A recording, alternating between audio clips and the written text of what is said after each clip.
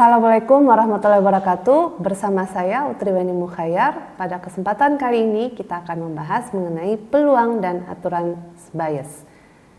Pertama, kita harus kenali lebih dahulu tentang percobaan dan ruang sampel. Apa itu suatu percobaan statistik atau eksperimen acak? Ciri-cirinya adalah pertama, ia dapat diulangi baik oleh si pengamat sendiri maupun orang lain. Apabila kita memiliki suatu percobaan yang hanya kita saja yang dapat melakukannya, maka ia bukanlah suatu eksperimen statistik. Kemudian percobaan ini haruslah memiliki proporsi keberhasilan yang dapat diketahui dari hasil-hasil sebelumnya. Tentu saja hasil dari percobaan harus dapat diukur atau diamati. Kemudian hasilnya tidak bisa ditebak karena adanya unsur galat atau error. Ruang sampel dan kejadian didefinisikan pada saat kita sudah memiliki hasil dari suatu percobaan statistik. Himpunan dari semua hasil yang mungkin terjadi dari suatu percobaan statistik kita masukkan ke dalam ruang sampel, dinotasikan oleh S. Anggota dari ruang sampel kita sebut sebagai titik sampel, sedangkan banyak anggota ruang sampel dinotasikan sebagai NS. Kategorinya untuk ruang sampel dapat dibagi atas diskrit maupun kontinu. Cirinya adalah diskrit menunjukkan banyak anggota pada S tersebut yang dapat dihitung atau dicacah. Dan nilainya bisa dari 0 hingga sampai tak hingga atau infinity. Yang penting dapat dihitung. Sedangkan untuk kontinu, anggota dari ruang sampel biasanya terdefinisi atau merupakan bagian dari suatu interval. Dari ruang sampel kita dapat mendefinisikan yang namanya event atau kejadian. Merupakan himpunan bagian atau subset dari suatu ruang sampel. Pernotasinya kita menggunakan huruf kapital untuk kejadian ini. Misalkan huruf A besar, B besar, atau E1, E2, dan seterusnya. Perhatikan ilustrasi berikut. Misalkan kita melakukan eksperimen melantunkan sebuah dadu 1 kali. Kira-kira apa yang akan menjadi ruang sampel kita? Pada umumnya orang akan menjawab nilainya adalah 1, 2, sampai 6. Tapi harus hati-hati. Pernyataan ini kurang tepat atau penyajian ruang sampel seperti ini pada awalnya tidak tepat apabila kita lantunkan dadu 1 kali. Kenapa? Karena kalau kita lantunkan dadu tentu yang muncul adalah dadu kembali bukan angka. Oleh karena itu kita harus ingat per definisinya, ruang sampel itu adalah himpunan dari semua kemungkinan hasil suatu percobaan acak. Jadi kalau yang dilantunkan adalah dadu, yang muncul dadu lagi. Namun spotnya 1, 2, dan seterusnya. Kurang lebih, ruang sampel kita dapat menyatakan seperti ini. Dan dari sini kita dapat mendefinisikan kejadian, misalkan E, sebagai kejadian munculnya dadu bermata genap. Dalam hal ini, E merupakan himpunan dadu berspot 2, dadu berspot 4, dan dadu berspot 6. Namun tentu saja penulisan ruang kejadian maupun ruang sampel yang seperti ini akan sangat menyulitkan kita.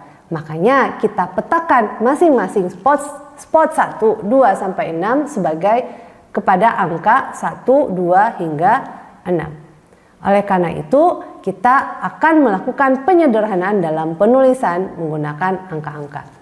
Dengan demikian, jika kita lantunkan dadu 1 kali, kita definisikan ruang sampel yang sudah terpetakan, sebutlah S1 sama dengan 1 hingga 6. Jika kita ingin memperhatikan sebagai genap atau ganjil dadu yang muncul, maka kita bisa mendefinisikan ruang sampel, sebutlah S2 sebagai genap dan ganjil. Dari sebuah percobaan, kita dapat mendefinisikan lebih dari 1 ruang sampel. Tergantung dari apa yang sedang ingin kita amati. Dan untuk beberapa kasus, penentuan ruang sampel dapat dibantu oleh suatu diagram pohon. Selain diagram pohon, ada beberapa aturan perhitungan yang dapat kita gunakan. Misalkan aturan multiplikatif.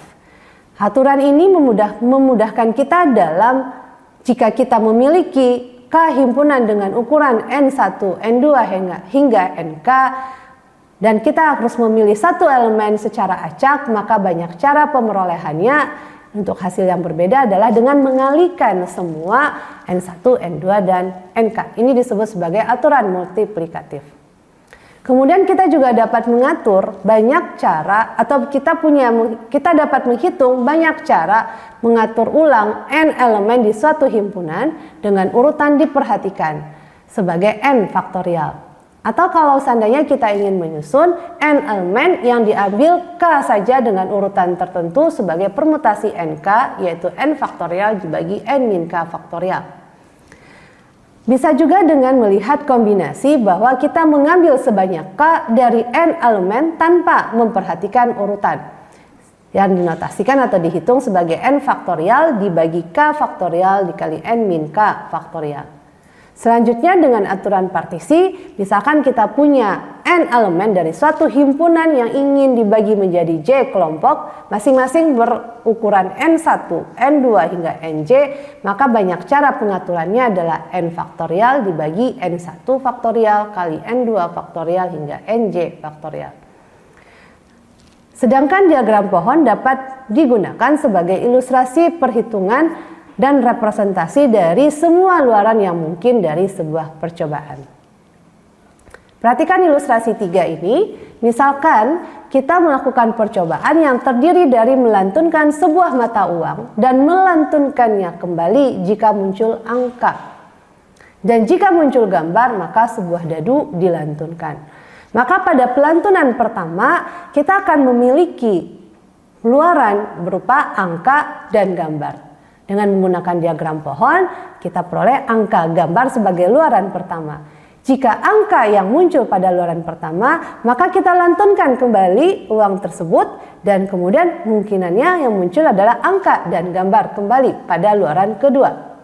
Sedangkan jika muncul gambar, maka kita akan lantunkan dadu 1 kali.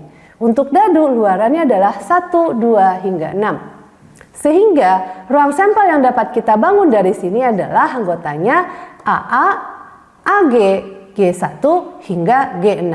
Dan kita masukkan ke dalam suatu himpunan S atau ruang sampel seperti berikut.